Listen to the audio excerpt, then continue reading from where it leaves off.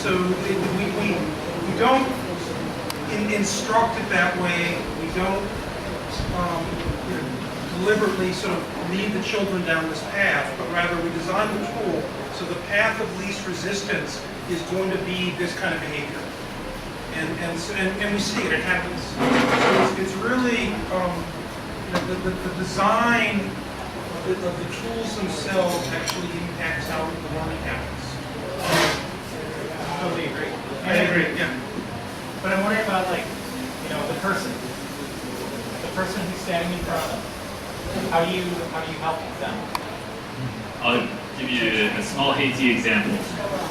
So this summer, they told me that the Haitian kids would never read the encyclopedia because it's too boring. They would never ever touch it. And then we brought this in September to Haiti to 2 schools. And now the teachers are asking us to take it away because it's become too popular. It's just one example, but it's driven in part by European football stars, which have pretty good articles in Wikipedia. But it's one small step that proved the teachers wrong, who said Haitian kids are not interested in reading. They will never ever spend time with encyclopedias. And it has to matter that the kids are now spending hours. It may not be the deepest kind of inquiry, but still they're spending hours and hours and hours looking at an encyclopedia, which we didn't know earlier this summer that was going to work. It has to mean something. Yeah.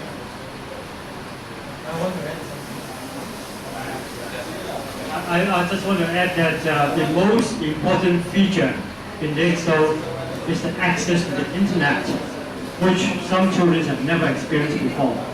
Okay, so in the case of China, they are very interested in getting into the Baidu, which is the Chinese encyclopedia wiki. So they get information, a lot of information.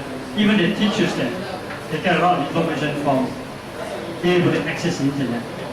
Albeit very slow, but a slow internet is a million times better than no internet. So they're using that.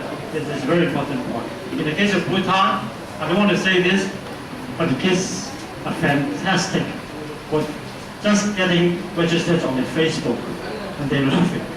I know they shouldn't, but this is something that's going on. What about the teachers, though? Even the teachers. Teachers don't even have So to be honest, when I saw children use the computers, I also saw a lot of playing games as well. Some teachers hate that, and one of the engineers in Paraguay, Duca, had to intervene in defense of games. Because some of the children were playing this game called Doom, which is a cult game. It's been famous for 50 years. And it's violent, yeah, but this guy had to come out and say, hey, I was playing the same game when I was a kid. And then I actually started making maps for this game when I grew up a little bit. And then I wanted to make a 3D game like this, so I started mathematics and geometry and programming, and then now I'm a software engineer. So don't think that this game is going to corrupt the minds of the children. It might actually do something better. Back to the original question. First of all, as we discussed yesterday, you have, just as in everything in life, you have a balancing distribution of teachers. You're going to have some teachers that are 2 or 3 standard deviations away from the norm, and they're going to get it, and they're just going to do it. But then you have the bulk of the teachers that are under the center of the curve. And those teachers, as I said yesterday, there's a secret no one ever talks about, and that is teachers can learn. Okay? And in fact, the teachers do learn. Some of them learn quickly, some of them learn slowly, but eventually they learn. And if again, I'll go back to the structure of the tool. The structure of the tool sort of pushes the teachers in a particular direction, then it's going to encourage certain types of behavior, not just from the kids, but also from the teachers. And I don't think we've got all the teacher magic sauce cooked up yet, and we need help in that area to sort of, again, build a little bit better affordances to send the teachers in the right direction. But it's really, I think that it really is about, again, making the path be the right path. And, again, in different places. there's nobody here, I don't think, from Nigeria, but our very first deployment was in Nigeria. And in Nigeria, they still have corporal punishment. The teacher has a stick in front of the classroom. And it took 2 weeks before the teacher figured out that he could throw the stick out the window. And he did. In Pakistan, where is she? In Pakistan, it only took 1 week for them to figure out they could throw the stick out the window. So I guess the teachers in Pakistan learn a little bit faster than the teachers in Nigeria. But you know, it's seriously. This was in the Islamabad department. It was 1 week and they threw the stick out the window. So it happens, but I think we need to do more as a community to pool our knowledge to help drive the tool to help accelerate that process. Yeah, I totally agree. I think we need to work on the teachers more and less the students, because this is something lacking in the OLPC movement. That's going into standby. If and when we talk about the new sugar features, we've added a lot of features to the newest version of sugar around sort of classroom type things as opposed to just individual child type things. And some of those are designed to try to push things in that direction. And just one last thing on teachers is that, you know, every teacher, if she can see a future or he can see a future for herself or himself, leading and showing others and that this is going to make them the best teacher in the country, because they have tools now that no one else has. So I think it's the ambitious ones that just latch on. They realize that it's better than going to university. I have a tool here in my hand that can make me, you know. Sorry, I just remember something that I want to say about our earlier question, how to get into the local government authorities. We played one trick, that is, you know all these local government authorities, they always wanted their local district to be mentioned or to be upgraded by the central government.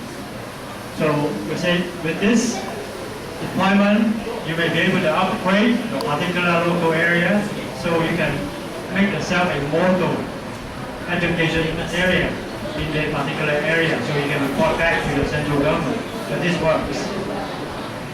So just now you mentioned that internet is important, but you know that internet is both a friend and a foe, especially for children.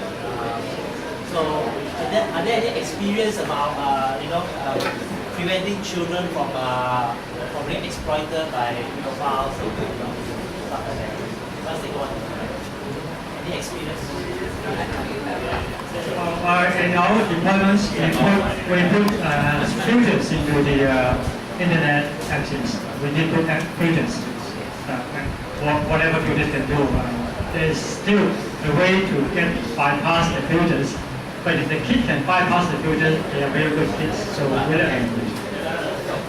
I have a metaphysical answer. We put internet in a box, so we have less concerns once we put the whole internet inside here. And it's funny, in A-Team, the children says, this is the internet.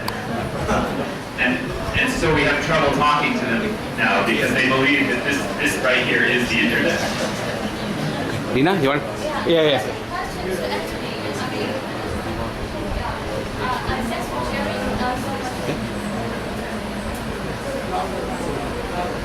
Okay, thanks so much for sharing all this great stuff. And I did some charity thing in China before. I witnessed them as the challenger or the sufferer when we deal with the local administration. So one thing actually just jump on top of my mind.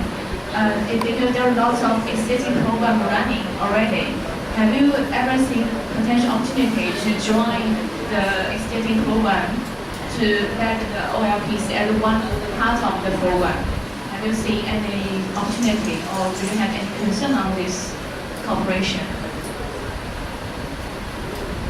We have always been trying to look for partnership in working with the local agencies in China. So I think Loretta maybe you can say something about this. We try to work with the 1KG program in China as well, right? 多倍义工金那个program，